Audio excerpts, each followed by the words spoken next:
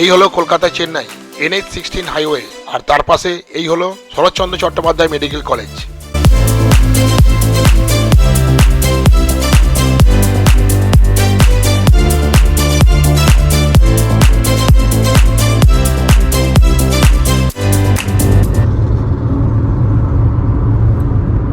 Hello friends, এখন আমরা গাড়ি ড্রাইভ করছি ন্যাশনাল হাইওয়ে 16 দিয়ে, অর্থাৎ এটাই হলো কলকাতা চেন্নাই হাইওয়ে। আজকে হলো 2 ডিসেম্বর সন 2025, আর দিনটা হলো মঙ্গলবার। তো আজকে বিকেলবেলাতে আমরা বেরিয়ে পড়েছি শরৎচন্দ্র চট্টোপাধ্যায়ের বাড়ি সামতাবেড়ে। তো ওই ছোট্ট ট্রিপে আমরা কিন্তু ঘুরে আসছি ওই দর্শনীয় স্থানটি, ঐতিহাসিক স্থানও বটে। সেই ঐতিহাসিক স্থানটি দেখার জন্যই আমরা যাচ্ছি বিকেলবেলাতে।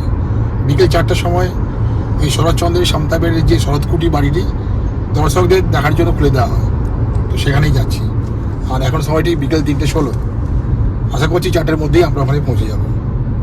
রূপনারায়ণ নদীর ধারে এই শরৎকুটির অবস্থিত, আর বর্তমানে এটি ওয়েস্ট বেঙ্গল গভর্নমেন্টের আন্ডারে একটি হেরিটেজ সাইট হিসাবে বিবেচিত হয়েছে।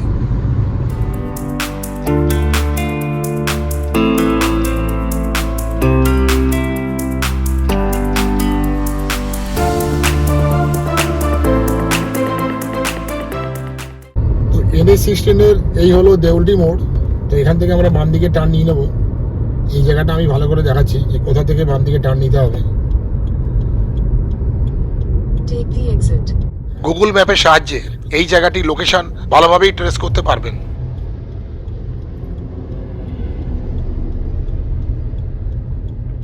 এই দেউলটি মোড় থেকেই এই NH-16 থেকে আমরা বাম দিকে টার্ন নিয়ে নিচ্ছি এই সার্ভিস রোড দিয়ে যাওয়ার জন্য। NH-16 সোজা চলে যাচ্ছে খড়গপুরের দিকে, আর এই জায়গাটা হলো দেউলটি। এখান থেকে বাম দিকে টার্ন নিয়ে এই দেউলটি যাওয়ার সার্ভিস রোডে ঢুকতে হবে, তারপর আবার ডান দিকে যেতে হবে শরৎচন্দ্রের বাড়ি সামতাবেড়ের দিকে। কলকাতার দিক থেকে আসছে NH-16, এই রাস্তা চলে যাচ্ছে কোলাঘাট হয়ে খড়গপুর বা হলদিয়ার দিকে। রূপনারায়ণ নদীর উপর যে কোলাঘাট ব্রিজ বা সরস্বতী সেতুতে ওঠার আগেই এই স্টপেজ থেকে বাম দিকে টার্ন নিতে হবে সামতাবেড়ে শরৎচন্দ্র কুটিরে যাওয়ার জন্য। গুগল ম্যাপ দিয়েও এই লোকেশনটাকে ভালোভাবে ট্র্যাক করতে পারবে। আর দেখুন, এখানে একটা কিলোমিটারের রিডিং বোর্ড আছে। এখানে লেখা আছে Chennai 1615 kilometre, Puri 437 kilometre, Panskura 21 kilometre. এই সার্ভিস রোড ধরে বাম দিকে গেলে পৌঁছে যাবেন দেউলটি স্টেশন, আর ডান দিকে এই ন্যাশনাল হাইওয়ের আন্ডারপাস দিয়ে গেলে পৌঁছে যাবেন পানিত্রা, সামতাবেড় এইসব স্থানে। তো আমরা যাচ্ছি সামতাবেড়ে শরৎচন্দ্র চট্টোপাধ্যায়ের বাড়ি, যেটার নাম হয়েছে শরৎচন্দ্র কুটির। আর একই সঙ্গে আপনারাও ভার্চুয়ালি দেখুন এই ব্লগের মাধ্যমে যে শরৎচন্দ্র কুটিরে এই সময় তার স্মৃতি বিজড়িত কি কি সব বই বা কি কি জিনিসপত্র সেখানে আছে, সেগুলো আমি আপনাদের দেখাচ্ছি। ন্যাশনাল হাইওয়ের এই জাংশন পয়েন্ট থেকে শরৎচন্দ্র কুটিরের দূরত্ব হলো প্রায় 3 কিলোমিটার, আর যেতে সময় লাগতে পারে 15 থেকে 20 মিনিট।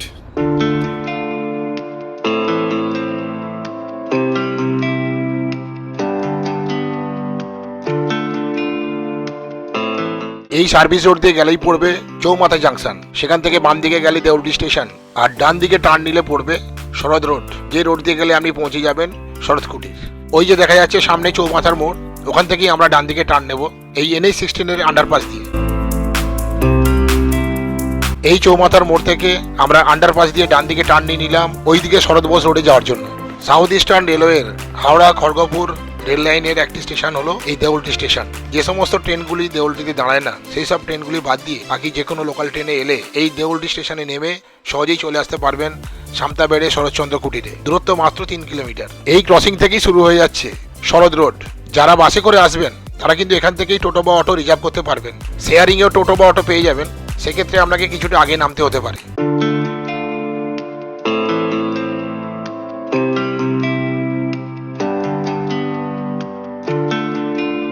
শরৎ রোডের পাশে এই যে স্ট্যাচু দেখছেন, এই হলো ইন্দিরা স্ট্যাচু। এই স্ট্যাচু অতিক্রম করে আপনাকে আরেকটু এগোতে হবে।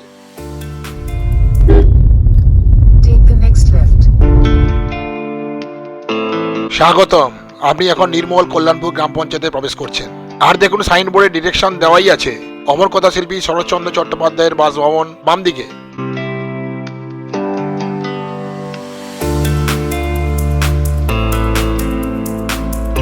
এই রাস্তাটি অপেক্ষাকৃত সংকীর্ণ, উল্টো দিক থেকে গাড়ি এলে একটু অসুবিধা হতে পারে সাইড দেওয়ার ক্ষেত্রে। তবে একটা সুবিধা কি, রাস্তার কন্ডিশন কিন্তু বেশ ভালো, আর রাস্তার দুদিকে কিন্তু জায়গা আছে সাইড দেওয়ার জন্য। চারিদিকের পরিবেশ দেখলেই বোঝা যায় নির্মল গ্রাম পরিবেশে প্রবেশ করছি।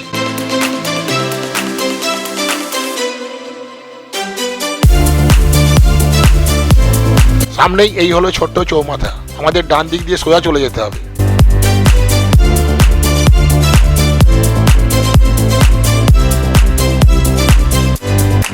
সামনেই দেখতে পেলাম রাস্তা জুড়ে একটা গাড়ি দাঁড়িয়ে আছে। এই রাস্তায় এইসব সমস্যা হতেই পারে, মানে আমাদের সামনে গিয়ে বাম দিকে টার্ন নিতে হবে, আর ঠিক এই জায়গাটাতেই রাস্তায় কিন্তু সমস্যা হয়। এই হচ্ছে কনজেস্টেড জায়গা, একটু বড় গাড়ি সাইড দেওয়ার ক্ষেত্রে সত্যি অসুবিধা হয়, মনে হয় এই বুঝি বোধহয় লেগে গেল।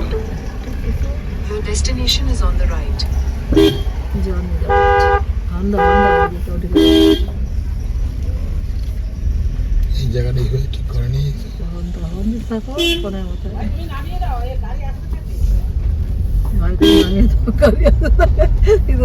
এই হলো শরৎচন্দ্র চট্টোপাধ্যায়ের বাড়ি। অনেকেই ফটো সেশনে ব্যস্ত, তো আমরা পার্কিং স্পেসে যাচ্ছি। শরৎচন্দ্র চট্টোপাধ্যায়ের বাড়ির ঠিক পাশেই এই হলো পার্কিং এরিয়া, এখানেই কিন্তু গাড়ি ভালোভাবেই পার্ক করে রাখতে পারবেন। এখন সময় ঠিক বিকেল 3:43, আর আমরা পৌঁছে গেলাম অমর কথা শিল্পী শরৎচন্দ্র চট্টোপাধ্যায়ের বাসভবন শরৎ কুটিরে। আর এটা হলো শরৎ কুটিরের পার্কিং স্পেস, এখানে বেশ কয়েকটা গাড়ি কিন্তু ভালোভাবে পার্ক করা যায়। শরৎচন্দ্র কুটিরে ঢোকার ঠিক একটু আগেই একটু কনজেস্টেড রাস্তা, একটু দেখে ওইখান থেকে কিন্তু আসতে হবে, কারণ উল্টো দিক থেকে গাড়ি এলে সত্যিই খুব অসুবিধে। তো ওই হচ্ছে শরৎচন্দ্র চট্টোপাধ্যায়ের বাড়ি, আর এই হচ্ছে পার্কিং স্পেস। এখানে অনেকগুলো গাড়ি কিন্তু পার্ক করে রাখা সম্ভব, আর আমাদের গাড়িটা এখানে পার্ক করে দিয়েছি।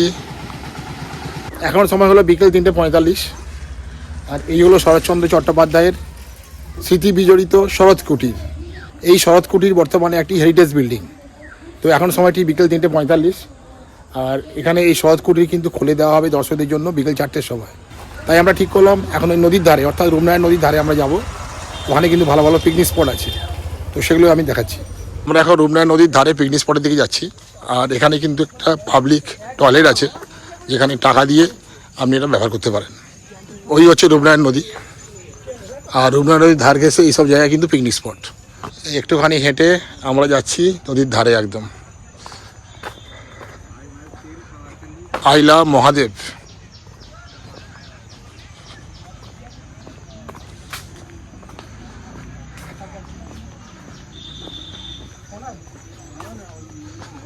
আর আমরা চলে এলাম নদীর একদম ধারেই।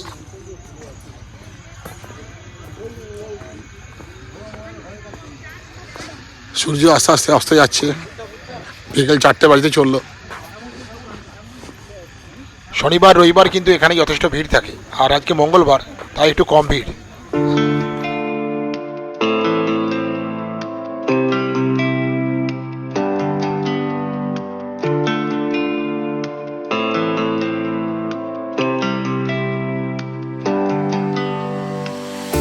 চলে এলাম রূপনারায়ণ নদীর একদম ধারেই। শরৎচন্দ্র চট্টোপাধ্যায়ের বাড়ি কিন্তু এখান থেকে দেখতে পাওয়া যাচ্ছে, ওই যে বাড়ি।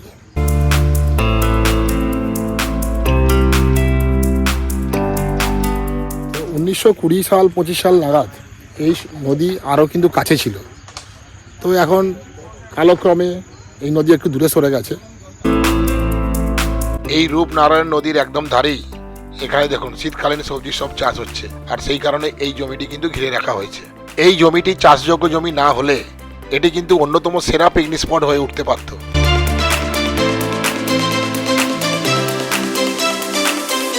এগুলো সবই কিন্তু পিকনিক স্পটের জন্য বিখ্যাত।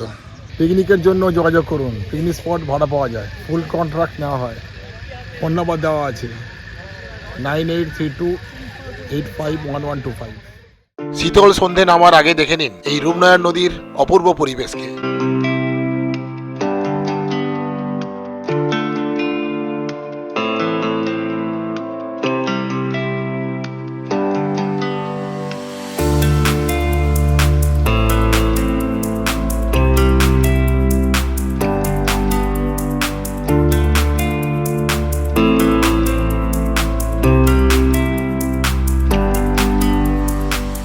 যেহেতু 4টে বেজে গেছে, এবার আমরা ফিরে চললাম শরৎচন্দ্র চট্টোপাধ্যায়ের বাড়ির দিকে।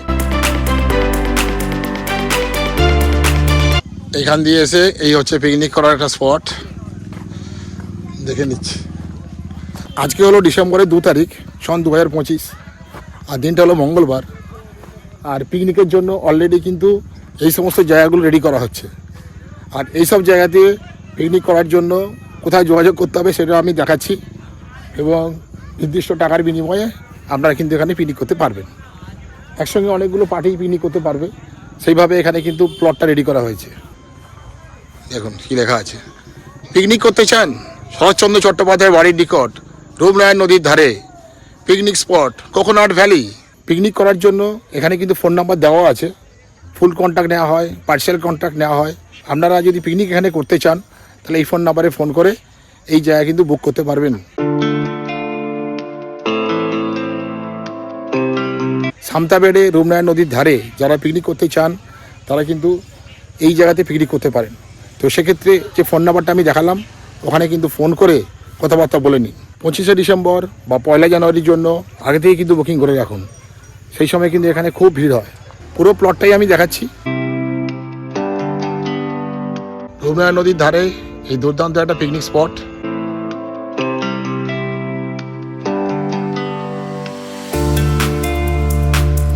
আর এখানে কিন্তু জলের ব্যবস্থা আছে, স্নান করারও ভালো ব্যবস্থা আছে, আর সুলভ টয়লেটও তো আছে।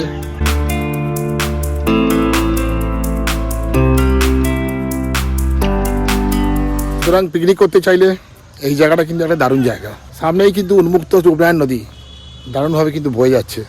এই নদীতে স্নান করার আনন্দ আর পিকনিক করার মজা সব মিলেমিশে কিন্তু একাকার হয়ে যাবে। তো 4টে বেজে গেছে, তো এখন আমরা যাচ্ছি শরৎচন্দ্র চট্টোপাধ্যায়ের যে বাড়ি শরৎকুটিতে। বাইক নিয়ে কিন্তু এখানে আসা যাবে।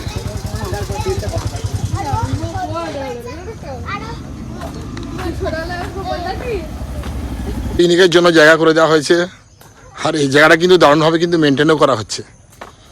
এদিকেও পিকনিকের জায়গা, যারা পিকনিক করার জন্য গাড়ি নিয়ে আসবেন তারা কিন্তু এই জায়গাতে গাড়ি পার্ক করতে পারবেন। মেন রাস্তা বলতে শরৎচন্দ্র চট্টোপাধ্যায়ের বাড়ির পাশের ওইগুলো রাস্তা, ওখান দিয়ে গাড়ি এনে এইসব স্থানে কিন্তু গাড়ি পার্ক করা যায়। রূপনারায়ণ নদী, তার পাশে ছোট্ট একটা জলাশয়। গাড়ি পার্ক করে রাখার জায়গাটা দেখলেন। ডিসেম্বর এবং জানুয়ারি মাসের বিশেষ বিশেষ দিনগুলোতে অসংখ্য গাড়ি কিন্তু এখানে চলে আসে, আর সেই সমস্ত গাড়িগুলোকে এই যে জলাশয় দেখছেন এই দুদিকেই তখন এগুলোকে অ্যালোকেট করা হয়। এখানে কিন্তু অসংখ্য গাড়ি রাখার ব্যবস্থা আছে, সুতরাং গাড়ি পার্ক করা নিয়ে কিন্তু কোনো অসুবিধা নেই।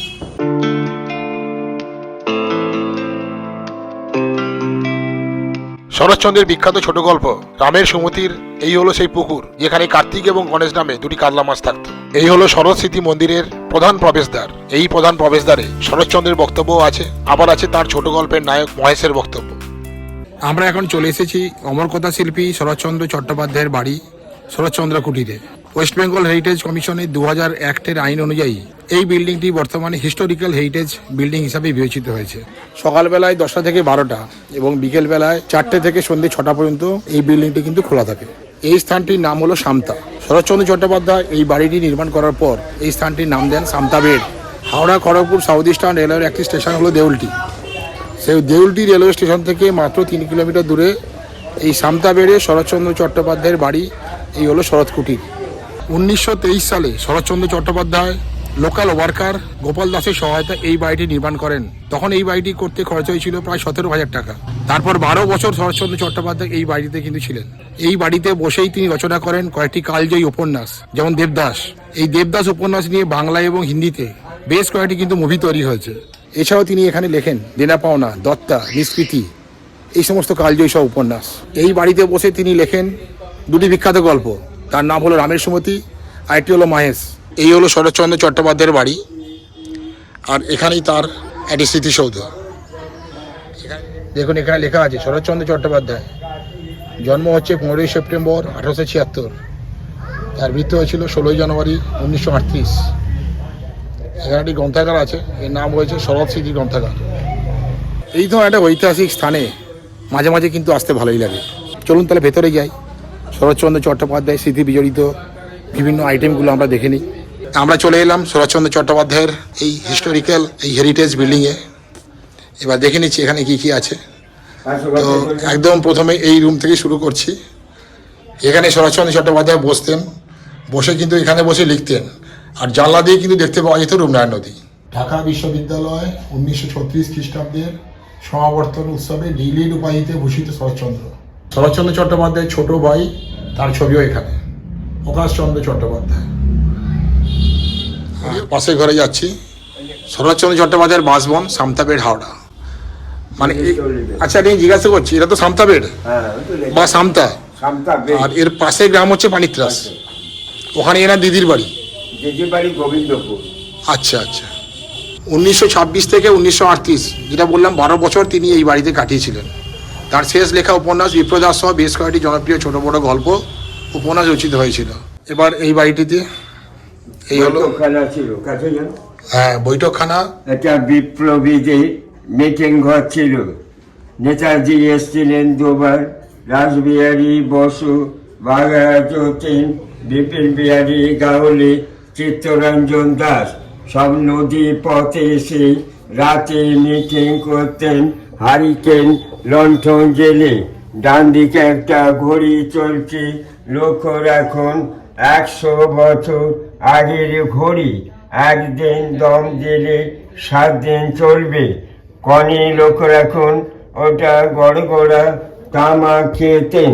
গড়গড়ার পাশে ওটা ভাবছে রেডিও। আলমারিতে যে বইগুলো দেখছেন উনি পড়তেন। আর এই সাদা প্রেমে পাশে বাঁধানো ছবি, নাতি নাত বইয়ের ছবি। আয়নাটার লক্ষ্য রাখুন, ওটা বেলজিয়াম কাচের আয়না। সোফাটায় বসতেন। এটা বিপ্লবীদের মিটিং ঘর ছিল। দেখে পাশে ঘরটা যাবেন। আচ্ছা, তাহলে বুঝতে পারলেন এটি হলো বিপ্লবীদের মিটিং ঘর। আপনার নামটা একটু বলে দিন। দুলাল মান্না। সরকার রয়েছে, লক্ষ্য রাখুন এটা চিকিৎসার ঘর। উনি বিনা পয়সায় গরিব দুঃখীদের হোমিওপ্যাথি চিকিৎসা করতেন। চরকা রয়েছে হাওড়া জেলা কংগ্রেস, উনি প্রেসিডেন্ট ছিলেন তখন। জাতীয় কংগ্রেসের সিম্বলটা এই চরকা। ওই যে ইজি চেয়ারটা রয়েছে, উনি বসে চিকিৎসা করতেন। এই যে কাটা অংশ পেয়ারা গাছটা পড়ে রয়েছে, এটা রামের সুমতি গল্পের পেয়ারা গাছ। আর সামনের পুকুরে ছিল কার্তিক গণেশ, দুটো মাছ রুই আর কাতলা। উনি নাকেতে সোনার নোলক পরিয়ে রেখেছিল। উনি যখন দুপুরে খাবার দিতেন, কার্তিককে ডাকলে কার্তিক আসতো, গণেশকে ডাকলে গণেশ আসতো। আপনার পরিচয় যদি একটু বলেন। আমার নাম হচ্ছে টুবাইপতি। আমরা বংশ পরম্পরা ধরে এই বাড়ি দেখাশোনার দায়িত্বে রয়েছে। ওনার নাতি থাকেন কলকাতা কসবায়, নাতির নাম জয় চট্টোপাধ্যায়। উনি আমার বাবার উপর এবারই টোটাল দায়িত্ব দিয়ে রেখেছেন। আমার সাথে যোগাযোগ করতে হলে আমার যোগাযোগের নাম্বারটি হলো 8537998629। যারা রূপনারায়ণ নদীর ধারে পিকনিক ও হোমস্টের জন্য যোগাযোগ করতে পারেন। এটা ধানের গোলা, ধান থাকতো। আর টালির চালের ঘরটা হচ্ছে ঠাকুর ঘর। আর তখনকার দিনে বাথরুম বাড়ির বাইরে। এখানে রান্নাঘর ছিল, তাহলে 78 বোনের রান্নাঘরটা পড়ে যাবে। রান্নাঘরটা তৈরি নেই ফাঁকা জায়গাতে। এই যে সিস্টেমটা করা রয়েছে, এটা হচ্ছে ভাতের ফ্যান করানোর জন্য। এইটা বিপ্লবীতে পালিয়ে যাওয়ার রাস্তা, গোপন রাস্তা, ব্যাকডোর, সবুজ রঙের গেট। উপরে যাবেন আস্তে আস্তে। চলে এলাম ওপরে। ওপরে শুধুমাত্র বেডরুম আছে। ওপর থেকে চারিদিকে দৃশ্য কিন্তু খুব সুন্দর লাগছে দেখতে। পুরো জায়গাটা কিন্তু দারুণভাবে মেনটেনও করা হয়েছে। সবুজ প্রকৃতির ছোঁয়া চারিদিকে।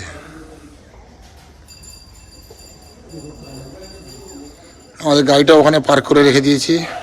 বিকেলবেলাতে 1 ঘন্টা বা 2 ঘন্টার জন্য নিরিবিলিতে এই রূপনারায়ণ নদীর ধারে যদি ঘুরতে চান, তাহলে চলে আসতে পারেন এই অমরকথা শিল্পী শরৎচন্দ্র চট্টোপাধ্যায়ের হেরিটেজ বিল্ডিং শরৎচন্দ্র কুটিরে।